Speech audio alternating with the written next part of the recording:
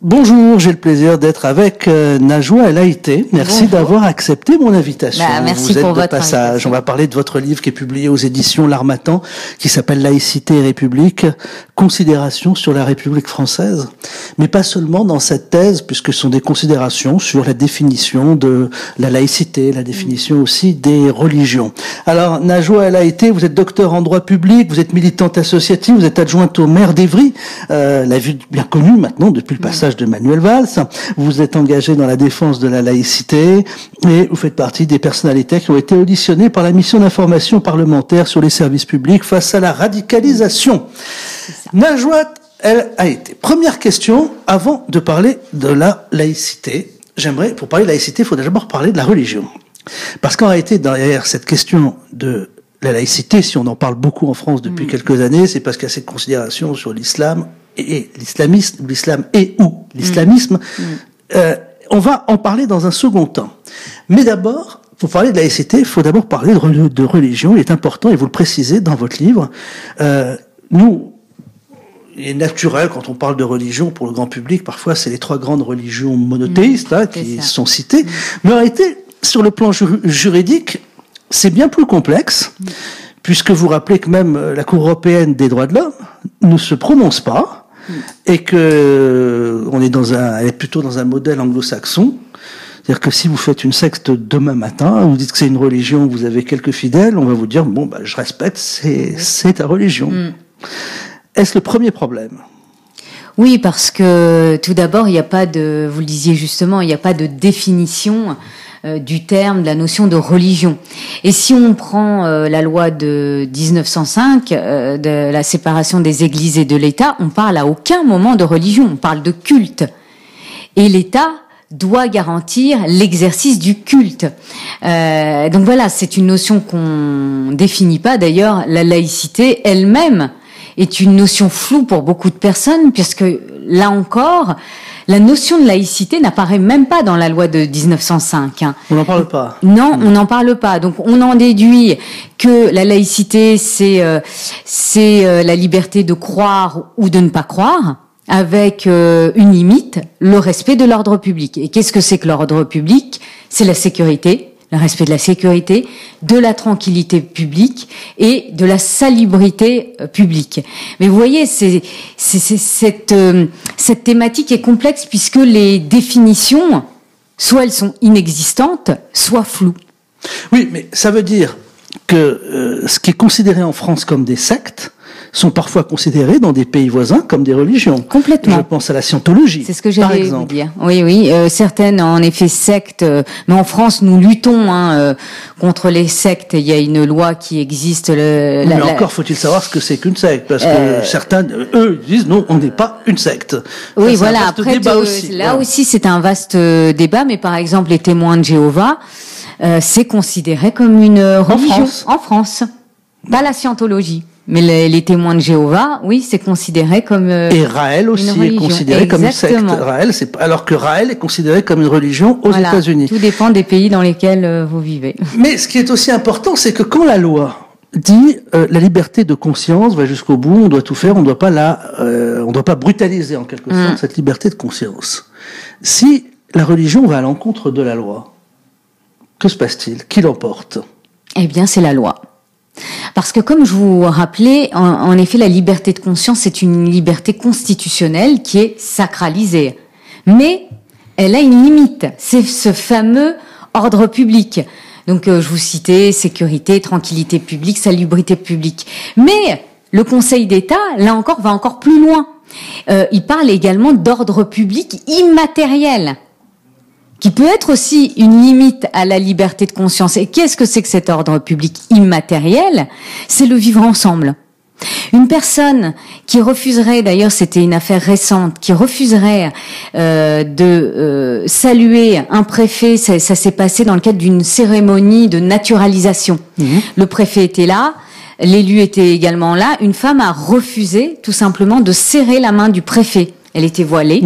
Elle a refusé également de serrer la main de l'élu, en considérant que voilà, c'était sa liberté de conscience. Elle ne souhaitait pas saluer un homme.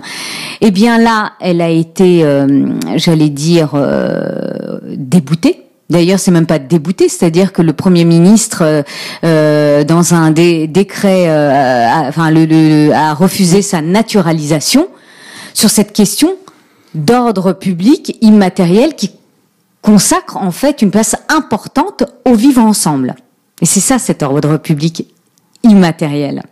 Donc vous voyez, la liberté de conscience, c'est une liberté sacrée que l'État doit absolument défendre et protéger, mais la limite, c'est cet ordre public et l'ordre public immatériel. Bah si, c'est. Alors si je prends des exemples, des grands thèmes de société comme la GPA, la PMA, comme l'avortement, là je parle de thèmes qui là unissent les trois grandes religions monothéistes. C'est-à-dire qu'elles doivent se taire, l'État est plus fort. Bah la loi est plus forte que les croyances. Mais oui. Là, j'ai pris ces thèmes volontairement parce que ça unit. Hein. Oui, mais elle contribue au débat. Après, la loi, bien sûr qu'elle l'emporte. La loi civile l'emporte sur la loi religieuse. La Cour européenne est très prudente sur la question des religions. On a parlé de Krishna, de la scientologie, des réels, et vous dites la ligne est difficile à tracer puisque la croyance est bien sûr intrinsèquement subjectif. Complètement. Je peux être un adorateur de l'oignon, rassembler 50 adorateurs de l'oignon et dire qu'il y a un Dieu puissant qui nous demande de manger des oignons chaque jour, tant qu'avec ma secte en quelque sorte, à manger des oignons chaque jour, on dérange personne vis-à-vis de la Cour européenne des droits de l'homme, je dois être respecté comme adorateur de l'oignon. Voilà, parce que le juge, oui, parce que le juge n'a pas à intervenir sur le fond des religions. Le juge, c'est pas un théologien, et donc il respecte cette liberté de conscience, et donc ça peut être une philosophie aussi, hein, parce que on parle des religions, mais ça peut être également une philosophie. Et donc le juge estime qu'il n'a pas à intervenir dans les affaires d'ailleurs des cultes. Hein, il n'a pas à intervenir là-dedans, et il n'a pas non plus à intervenir sur le fond. Et oui. D'où l'absence de définition, d'ailleurs. J'avais une arrière-pensée quand je vous ai posé cette question sur la question de l'islamisme, du radicalisme, du fondamentalisme religieux. Dans certains pays musulmans, les fondamentalistes sont hors la loi, sont considérés, je veux dire, comme nous en France, on considérerait des sectes. Il y a dissolution. Mais ça veut dire qu'au nom de la liberté de penser, tant que ces gens ne mettent pas des bombes, le juge dit je n'interviens pas. Vous êtes des frères musulmans, vous pouvez dire ce que vous voulez dans votre mosquée. Et vous tant que vous ne troublez pas l'ordre public. Exactement. Vous pouvez être radicalisé.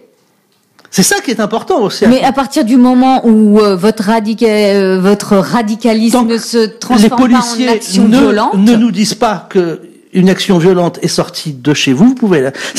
Donc ça veut dire que parfois des pays musulmans sont bien plus fermes sur cette question qu'on peut l'être nous dans notre concept de laïcité. C'est très juste, d'autant que voilà la France, vous le disiez justement, et puis c'est tout à son honneur. Hein, elle sacralise la liberté d'opinion, la liberté d'expression religieuse, et donc tant que ça ne bascule pas dans une action violente qui peut être sanctionnée, pénalement sanctionnée, voire disciplinairement sanctionnée, eh bien, on en reste là. Ça veut dire qu'il y a des pays qui interdisent, par exemple, la vente de la burqa, comme le Maroc, mais ici en France, au nom de la laïcité, on peut laisser la burqa. Tant que voilà. Oui, mais tant que mais j'allais vous dire, c'est tout à l'honneur de la France, puisque vous savez que c'est un pays qui sacralise toutes les libertés fondamentales, et à partir du moment où ça contrevient pas à l'intérêt général ou à autrui, eh bien l'État respecte cette liberté.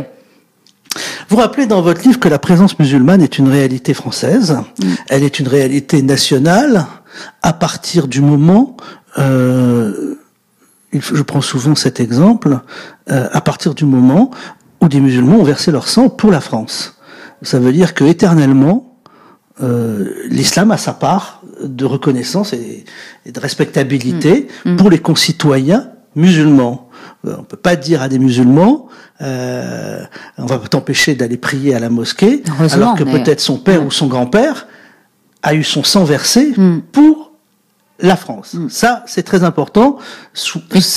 Voilà. Et puis c'est la laïcité. C'est une personne qui souhaite prier ou voilà. Mais maintenant, comment organiser tout cela pour éviter cette prise en main par des radicaux? Ça passe par l'école. C'est fondamental. C'est-à-dire que l'école... Dans votre livre, il n'y a pas la réponse, il y a des analyses, il y a des pistes. Oui, mais l'école... C'est une thèse très fouillée. Mais l'école tient une place particulière dans ma thèse. L'école, c'est un lieu sacralisé et protégé de toutes les formes d'influence, qu'elles soient religieuses, philosophiques ou politiques, pour pouvoir enseigner de manière objective les choses, apprendre déjà à la base à lire et à écrire, mais aussi apprendre aux futurs citoyens à prendre du recul aussi par rapport aux choses, à développer sa propre analyse sans être influencé par, je vous ai dit, des opinions religieuses ou politiques. Oui, mais vous citez César, vous citez le Christ, Jésus-Christ tient ses propos, rendez à César ce qui est à César et à Dieu ce qui est à Dieu. C'est valable sur le territoire, mais dans l'islam, ce qui est à César est à Dieu. Oui. C'est difficile à concilier. Oui, c'est d'où l'existence de l'islam politique, mais l'islam est politique par définition. Oui, mais je pense, regardez, en France, la majeure partie des Français de confession musulmane, sont des croyants qui sont profondément attachés aux valeurs républicaines.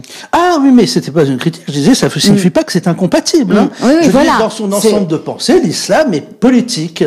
Oui, et d'ailleurs, l'islam politique, dans beaucoup de codes sociaux, de codes moraux, n'est pas en contradiction avec une chrétienté politique. Oui, c'est très juste, mais elle n'a pas sa place au sein de la démocratie française. Tu honoreras ton prochain et tes anciens, etc. Ça, on retrouve ça partout. C'est très juste, c'est très juste. Mais en effet, l'islam politique n'a pas sa place au sein de la démocratie française, puisque même vous parliez de la chrétienteté, c'est la même chose. La loi civile l'emporte sur la loi religieuse. Après, qu'elle participe au débat. Quand il y a eu les débats autour du mariage pour tous, toutes les religions se sont exprimées. Elles participent, elles contribuent au débat. Mais la loi civile l'emporte sur la loi religieuse.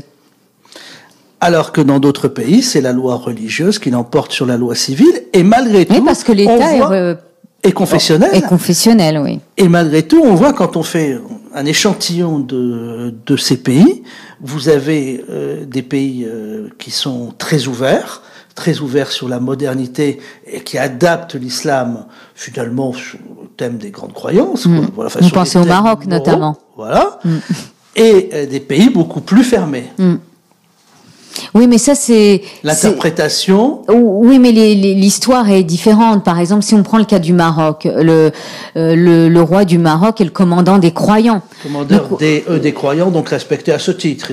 Il peut se permettre de dire qu'il ne sera pas contesté. Oui, et puis au-delà de ça, l'histoire est différente. Donc on peut pas comparer l'histoire de la France et l'histoire de pays comme le Maroc ou d'autres pays musulmans, qui pour le coup sont des États confessionnels et qui se revendiquent tels quels. Malgré tout, comprenez-vous l'inquiétude de beaucoup de nos concitoyens sur la montée du radicalisme. Alors beaucoup de gens parfois confondent islamisme, etc. C'est pas le sujet, mais la montée du radicalisme et des provocations. Oui, il y a de nombreuses provocations. Enfin, le phénomène n'est pas nouveau, hein. Ça date d'une trentaine d'années. Et c'est vrai que ce sont les attentats de 2015 qui ont mis un coup de projecteur sur la montée du radicalisme religieux, notamment dans les services publics. Vous parliez en effet du fameux rapport parlementaire qui a été mené par deux députés, oui. Donc Éric Diard et Monsieur Pouillat. Ce sont vraiment les attentats qui ont mis ce coup de projecteur sur cette montée du radicalisme religieux, d'autant que, souvenez-vous, un des protagonistes des attentats du Bataclan, c'était un chauffeur du bus de la RATP. Après, l'État s'est saisi de la question par rapport à cette montée du radicalisme religieux au sein des services publics, en mettant en place un arsenal juridique solide. Peut-être pas suffisant, c'est ce que dit d'ailleurs le rapport. Il faut aller plus loin, notamment dans le cadre des recrutements, puisqu'il n'est pas facile à l'État de révoquer un agent public qui serait dans une phase de radicalisation, j'allais dire, dangereuse. Donc il n'est pas facile de le révoquer, et c'est là où il y a des manquements, où il y a des carences au niveau juridique. On peut le déplacer, mais il est difficilement révocable. Et donc, d'où les propositions en ce sens faites exactement. Et je précise que cette question de l'islam radical n'a rien à voir avec celle des origines ou de l'immigration. Heureusement. Dans les radicalisés, vous avez ce qu'on appelle des Pierre Dupont. Hein, Oui, non, mais complètement. Complètement. Et d'ailleurs, vous avez dans la communauté musulmane moderne, normale, des gens qui sont les plus virulents contre les radicaux, qui disent ah oui, mais bien au contraire. Tort, exactement. Voilà, c'est important de le préciser aussi. Très important ce que vous dites, parce que la majorité des Français de confession musulmane sont profondément attachés aux valeurs républicaines. Et donc, ce qui se passe notamment, vous voyez, avec ces affaires de Burkini, où on voit franchement que c'est de la provocation, eh bien, je suis désolée, ça met mal à l'aise un certain nombre de nos concitoyens de confession musulmane. Quel est le bon modèle, selon vous? Parce qu'on sait qu'il est très difficile de trouver un bon modèle. Vous citez le modèle anglo-saxon où tout le monde cohabite, tout le monde met ses signes religieux. Je pense pas que ce soit le meilleur. Et voilà, vous dites qu'aux États-Unis, il est possible de perdre des signes distinctifs comme la barbe ou le turban ski quand on est policier. Mais chacun vit dans l'indifférence de l'autre, dans la méfiance. Malgré tout, la population, par exemple, ici vous êtes en Bretagne, terre d'église, terre chrétienne et pourtant terre de tolérance et d'ouverture. Je vais faire un parallèle entre une terre chrétienne et une terre musulmane comme le Maroc. Tout le monde sait, les Français qui vivent au Maroc, que c'est une terre musulmane. Il y a un profond respect et un parfait vivre ensemble. Et quand c'est le Ramadan, les Français qui sont au Maroc, j'espère au moins, s'ils sont de bonne éducation, s'abstiennent de boire ou de manger dans la rue, dans les lieux publics. Voilà, s'ils sont de bonne éducation, parce que ça s'appelle le vivre ensemble, et on a et de la même manière, en France, terre chrétienne d'origine, évidemment, tant que la population n'a pas changé, les musulmans dans leur ensemble ne sont pas choqués quand les cloches des églises sonnent le dimanche, parce qu'en général, quand ce sont des pétitions qui arrivent, elles ne viennent pas de musulmans, mais de laïcs. Mais est-ce que ce modèle, je fais ce parallèle entre le Maroc et la France, vit très bien. Et comment éviter un scénario redouté par certains à la libanaise, comme vous direz. Mais comment vous évoquiez les églises la France a une histoire chrétienne. Et donc, quand on dit faut tout effacer, faut respecter aussi cette histoire-là. Comme vous évoquiez le Maroc aussi a une histoire aussi profondément religieuse, et donc c'est une marque, il faut savoir vivre ensemble sans frustrer les croyances des uns et des autres. Et donc moi, je défendrais vraiment. Vous parliez de l'histoire, de ce qui se passe aux États-Unis, où vous avez l'addition de ces communautés. Mais qui ne vivent pas ensemble. Mais c'est ça le problème, c'est qu'ils s'ignorent. Et moi, je suis fière de vivre dans un pays où ce qui prime, c'est la communauté nationale, où vous portez des valeurs républicaines communes, donc qui tournent autour de l'égalité, même si là encore il y a des choses à améliorer en termes de discrimination, parce qu'il faut pas non plus ignorer que les discriminations, elles existent bien. Ce qui pousse certaines personnes d'ailleurs à se communautariser. La réalité, c'est que dans certains quartiers aussi en France, on peut pas négliger ça et on peut pas l'ignorer surtout. C'est que dans certains quartiers, eh bien, vous avez des jeunes qui sont touchés par le chômage parce que ils portent le mauvais nom. Ça, c'est une réalité. Ils habitent la mauvaise adresse. C'est une réalité aussi. Et donc, la question du communautarisme, elle est aussi j'allais dire compliqué, c'est-à-dire pointer du doigt le communautarisme, certes, mais il faut aussi se donner les moyens, et donc il faut que les politiques se donnent les moyens de lutter contre le communautarisme, et en luttant contre la ghettoisation dans certains quartiers, parce que ça aussi c'est une réalité. Vous, si je décrypte ce que vous m'expliquez, Najwa, elle a été sans traduire cela, sans trahir cela, pointer le communautarisme, si ce communautarisme avait existé sans raison dans les années 60 ou 70, ok, on l'aurait pointé et dire c'est une mauvaise chose. Or ce communautarisme, s'il a poussé, c'est parce qu'il y a eu la graine. Au départ, cette graine, comme vous le dites, a commencé par la discrimination. Exactement. Et c'est une réalité. Qui a commencé d'ailleurs vis-à-vis des musulmans à la guerre d'Algérie avec les harkis qui ont versé leur sang pour la France, qui ont été après la guerre d'Algérie cantonnés dans des camps, dont les fils ont été traités finalement comme des migrants nouvellement venus, alors que leurs parents ont versé leur sang pour la France. Après, comment ne pas se mettre en ghetto quand on vit cela? Après, il y a... oui, parfait. Comment ne pas... voilà. C'est pour ça que... Vous dites que la France a été aussi ingrate. Ce que je voulais dire, c'est que la France a été aussi ingrate avec les siens. Elle l'a été. Faut le reconnaître aussi. Elle l'a été. Donc, bien sûr qu'il y a eu 40 ans de politique de la ville où il y a eu des milliards qui ont été, j'allais dire, investis dans ces quartiers pour assurer une mixité sociale. Mais la réalité, c'est que on a beaucoup investi dans le bâti. Voilà, dans des immeubles moins hauts, et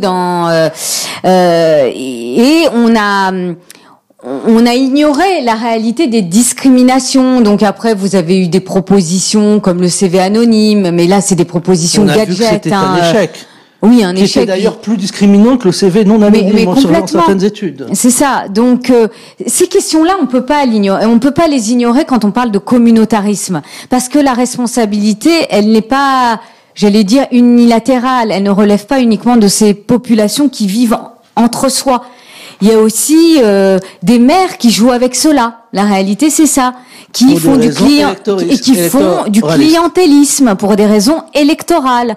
Là aussi, c'est une réalité à laquelle il faut lutter.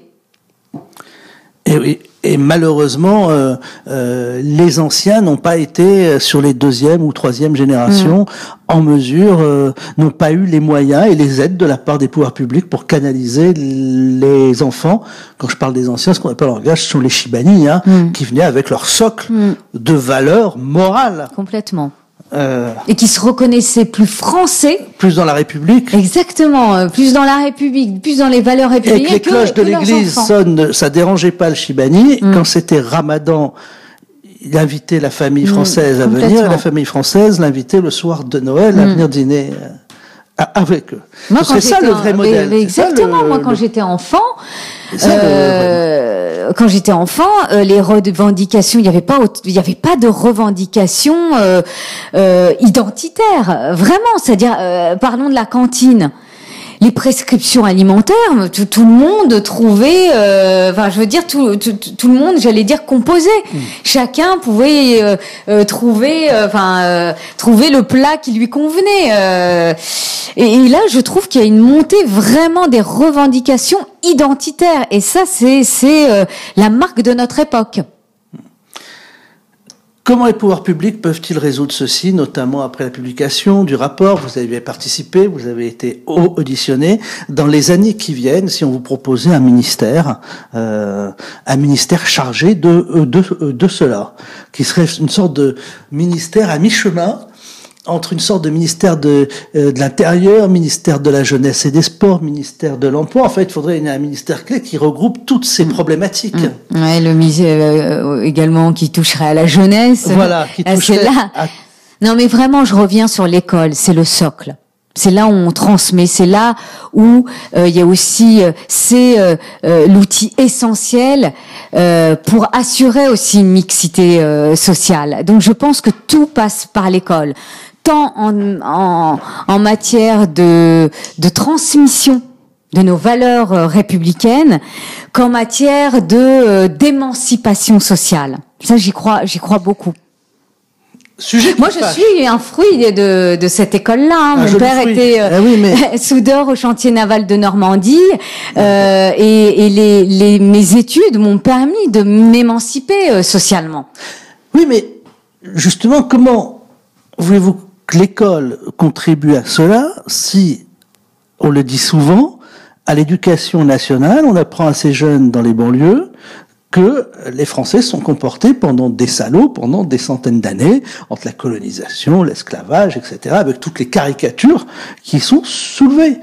Moi, je suis un jeune issu du Maghreb, on m'explique ça à longueur de temps dans les médias et à l'école. J'en voudrais quand même à la France et à la République.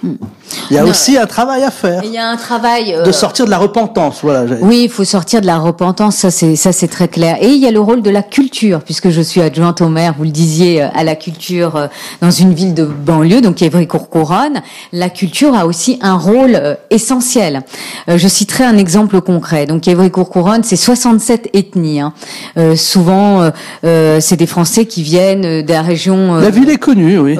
Le passage d'un premier ministre comme maire. L'Afrique subsaharienne, du Maghreb, et par la culture, eh bien, on permet à ces jeunes générations d'être fiers de leurs origines, et notamment en montant des collaborations avec des musées nationaux. Vous voyez le musée du Quai Branly Jacques Chirac qui valorise aussi la culture africaine. Eh bien, on a eu une convention avec ce musée-là pour faire connaître à ces jeunes générations l'art africain, d'où il venait, et puis la fierté qu'il devait avoir. Et donc moi je crois aussi, bien sûr, au rôle de l'école, mais aussi au rôle de la culture.